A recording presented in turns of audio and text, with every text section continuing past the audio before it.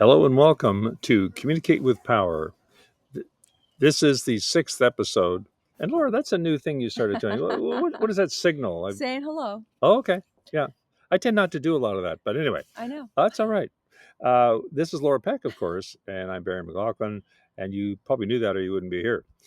We are here in a beautiful October afternoon. It's actually October the 4th. I know that because it's our son Liam's 32nd birthday, and we're going to have a celebration here in the yard. We rarely get to have a chance to celebrate in hot weather his October birthday, but we're looking forward to the family coming over and to enjoying our time with, celebrating the birthday of the filmmaker, cinema artiste, as I called him in a Facebook post, and he's first assistant director on a number of films, everything from Hallmark to Lifetime to Oprah to major features.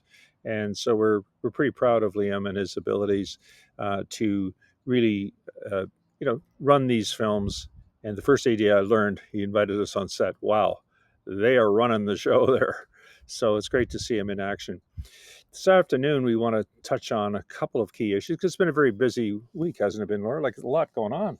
Yeah, so on Friday you did an interview and you were asked about this decision that was happening whereby members of parliament would only get the opportunity to have two wreaths, whereas ordinarily they would have several wreaths. And so, Barry, you These would be said on wreaths for Remembrance Day. We for probably, yeah, Remembrance Day, yeah, yeah. yeah. Yeah, they were limited to two because they cost $104 to have another wreath.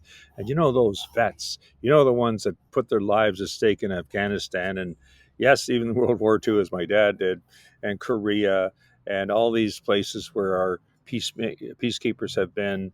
And we're still in Latvia. We're still, these are young men and women putting their lives at risk. We can only afford to have two per MP. So I said in the interview, I said, when Mark Carney sees that, there won't be a flash of daylight between him seeing it and getting on the phone to end that. That he will not, I believe, firmly will not allow that to go forward. It would be a horrible message to send. That's one of our communications, communications 101. What message are you sending with that act? And that message would be so powerfully negative about how much we respect and appreciate our men and women in uniform. And sure enough, I barely got home, and Rob Snow, the host of Now You Know with Rob Snow, he actually emailed me to say, I don't know if the Prime Minister is listening to us, but he's already canceled it. So that was really good to hear that he did cancel it. I'm pretty confident, nothing to do with us talking about it, but he really does have that was a good sign that he's got the antennae, the radar. He's got his own values to go, that's not part of Canadian values. So I thought that was a good positive for him to end that, even the idea of it. Good for him. So, as an Irish immigrant and having a father who fought in the war, you started off with what we would call the positioning statement. And I got to admit, even I had my interest hooked, and we were both at the dentist, one after Yeah. the other. So I had to have the radio show pressed up against my ear while I'm at the dentist office. But nevertheless, And where did I do the interview? In Cole's bookstore at Carlingwood Shopping Center. So, and I very politely asked, could they lower their sound? And sure enough, we were able to do it without a lot of the background you would get at a shopping center. So sometimes it's the the non-glamorous side of media and media interviews. That's for sure. anyway, so now we know that the Prime Minister is going to go to America to have more talks, more negotiations on our trade, our tariffs.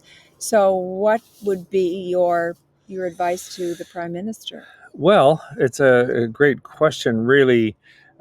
He's going across the country telling everybody that we have the best deal of any country in the world when it comes to U.S. tariffs, because 85% of our exports are covered under CUSMA, Canada-U.S. Deal, Mexico deal, and there are no taxes on those items.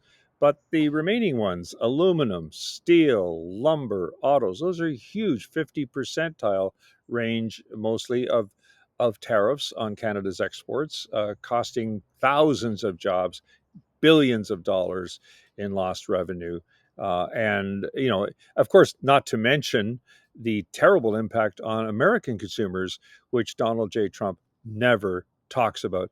In fact, when it's ever brought up, he's in massive denial about it.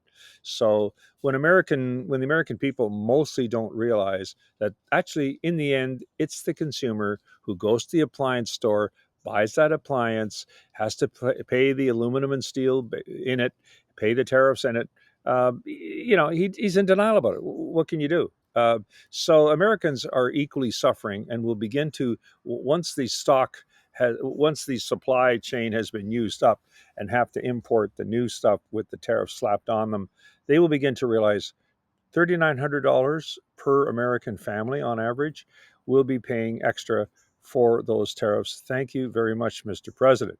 So I think you're dealing with a guy like Mark Carney, former governor of two banks, Canada and England, and you're going to try to tell him you know more about the economy than he does. You're not going to get very far. But I think what Mr. Carney has proven is the ability to kind of deal with them in a low key way, and he needs to make progress on these matters. We have done good things since then. We actually took off the reciprocatory tax tariffs, dollar for dollar. We took those off. Of course, they were only punishing Canadian consumers with them on there, but we took them off. He got rid of a number of annoying elements of the trade relationship, but that's not enough. So we'll see what he's going to do. Do we wait a full year until we get into find out if the new CUSMA, I guess it'll be 3.0 by then, whatever, if that would actually be better or worse. I have a feeling that he just wants to get rid of the whole thing. He doesn't believe in free trade. Donald Trump does not, and wherever he can get rid of it, he'll get rid of it. So I think he's got to take some actions. He's got to tell him the lay of the land, and he's got to come well armed with that, but not get into an unpleasant argument, because Donald J. Trump does not like anybody arguing with him. So his ability to engage him without turning it into a verbal wrestling match, I think that'll be very important. So there's a lot of misinformation out there, and in fact, we are into heavy duty preparation to get ready to again presenting this course at the University of Ottawa at the Integrity Lab with Jennifer Irish, and that'll Well, it's the happen. information integrity, I would say. Integrity Information. is, of course, built into the university, as we know. Yeah, it's the Information Integrity Lab. That's right, Laura. And it's a long title. Okay, can you remember the title? It's a long title. I'll know it cold by next week. Risk and crisis communications in an age of disinformation. We're about to do a 2.5 day course starting this Wednesday at the University of Ottawa. It's actually the Professional Development Institute of the University of Ottawa. A lot of words in there. By the way, a couple of slots still open last minute. If you want to get in there, maybe they'll let you in. Check it out. We'll put that information at the bottom of this. So really, that does bring us to another part of this, and that is, what is it about when two countries or two leaders in a country, how they see the world differently? I've been fascinated by that since I remember being 9 years old and wondering, why does that person think that? What are they basing that on? Even as a kid, I marveled at that, which has probably kept me going in this business. And one of the ones, Pete Hextra is the U.S. ambassador to Canada, and boy, every time he opens his mouth, he creates a firestorm of negativity. Either he's doing that on purpose, or he's just getting very, very bad advice from the State Department, which historically, I can tell you definitively, have given very bad advice to American ambassadors in Canada. I know that because they've told me. So, yeah, it's one of those things where he doesn't seem to get sequence. I'll give you an example. He says, they're still taxing, they're still refusing to import our alcohol, our bourbon from Kentucky and so on, our wines. We what's the matter with them? Why can't they do that? They should lift that barrier. So right there, I say sequence. I'd have to say, Ambassador, what? How did all this begin? Who slapped the first tariff on who? Oh, I believe that was America slapping it on Canada. Oh, yeah, the big ticket items too, the aluminum, the steel, the auto.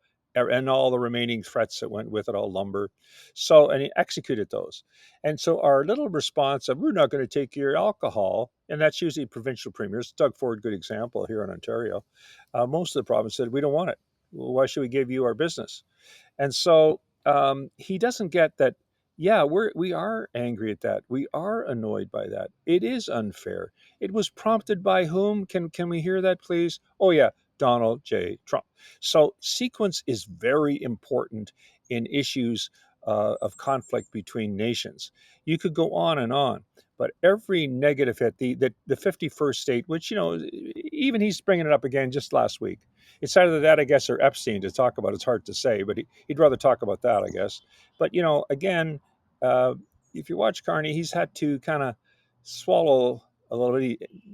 He edges back. Yes, he does put his elbows up a little bit. You saw that in the White House, the Oval Office, at the last meeting. He knows how to counter very well in a subtle, low key, somewhat humorous way. And I think you have to keep doing that with a guy like that. So, really, who started all that? Oh, yeah, I think it was the Americans started that. So I guess when he wonders why, he actually said, I marveled from the beginning why Canadians aren't passionate about the Canadian American relationship. Well, we are passionate. Yeah, it's the kind of passion you probably don't like because you have inflamed it to the point where no Canadian really, really wants to go to the United States unless they absolutely have to. And we just talked to friends of ours who have places in Florida. They're not even going to their own place in Florida because they'd have to line up before their 30-day visa expires. It used to be you could go down there up to 6 months. No, no. You got to go line up and get a new revised visa, and they can grill you, do all kinds of things, go through your Facebook, go through your posts, go through everything. They're going, I'm not going to go through that. So they're not going, and it's really hit hard. The Florida tourism, Las Vegas, are not even putting direct flights. Porter canceled its flight to Las Vegas. No Canadians are going. So yeah, and you can see that right across the country. So the bottom line is that yes, they started it. That actually matters, and they keep on going and going, and are giving no signal of backing off, of becoming reasonable. And there's an arrogance to all of this. And Canadians are just completely fed up. So Mr. Hextra has a tough sell for sure. I got to admire in a way. He's got a lot of, my mother would have said gall, but he has a tough neck, I guess, a thick hide to keep on pushing the envelope of these things and wondering why and blaming Canadians for not just being reasonable, nice people that he thought they were. It's all kind of like I have to admit I've been watching him on these various business things that he's gone to in Banff and Halifax and different places, and he doesn't quite get the negative reaction that he's receiving. So I guess the problem with usually there's two things an ambassador has to do. One, yeah, we need to hear what's going on down in America. Tell us what's actually happening, and he does that. You know what? He does that. I'll give him full credit on that. But the other part of it is listening and learning. So, what's he listening and what's he learning other than this stupid negativity that he keeps prompting, promoting, encouraging, repeating, which is completely so off base, so off tone, and so misinformed that he's not doing the second part of his job. And so, he'll reach a point very quickly. We won't get a lot of invitations in serious places because he's going to so alienate the audiences or they want to go because the poor generals and admirals who were hauled to Washington, to Quantico, Virginia, to listen to Pete Hegseth and the president with those incredibly embarrassing speeches. They sat there in stony silence. Oh boy, that was amazing to watch. And I've worked enough with military forces across North America and in Europe, and different conferences we've done and so on. And they're so good. They know that generals and admirals and the senior brass, they know how to be stonily silent. They're not going to give you the credit for booing, or they'll never do that to the commander in chief. They just know to be quiet, which is in Donald Trump land the worst punishment of all. Anyway, we thank you for watching and listening, and we hope you subscribe, as well as if you have any questions of Oh us yeah. or anything you want to know, most people just want to know how we spent our week and what we're doing next week. That I don't seems even to, know. But anyway, but no, that seems actually to we be do. consistently the thing they want to know. Yeah. So anyway, bye bye. Enjoy this weather. Thank you very much. See you next time.